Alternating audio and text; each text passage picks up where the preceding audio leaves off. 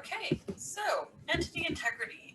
We talked about this a little bit before when we were talking about primary keys in the first place, but just as a review, that this is part of our process of increasing data integrity is to make sure that every single entity has a primary key and that none of the values are null. So if you're thinking about like student data, so like your student ID number, for example, no student is allowed to not have an ID number. That's not an option.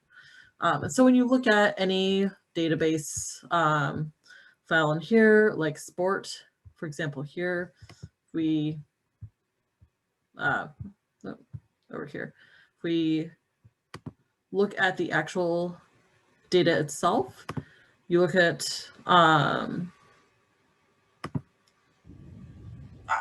see, so the primary key, it doesn't even give us the option to not be there. Whereas like your first name, entry required. No. So technically you don't have to have a first name in here. Everyone does just because their data is complete, but it's not actually required. I believe in this database, none of them are required.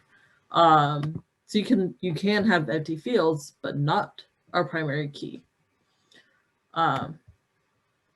You can look at our associative entity.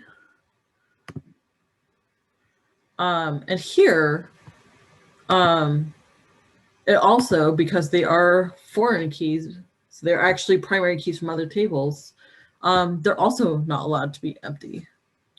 So anytime you see a key, it cannot be null.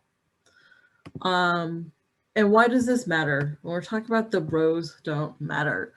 When we're looking at a table of student data, it doesn't matter if it's organized by name or by ID number or what. We want to be able to pull up the data regardless of what order it's sorted in, right? So the primary key is going to be what allows us to do that.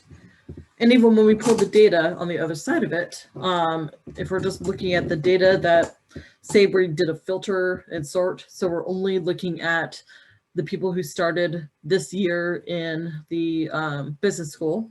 We only want to look at our first year students because we're going to send them an orientation packet or whatever.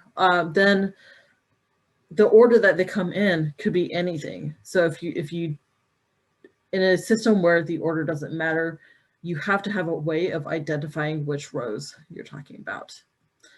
That might make more sense when we get to our SQL section coming up, but that is something to keep in mind.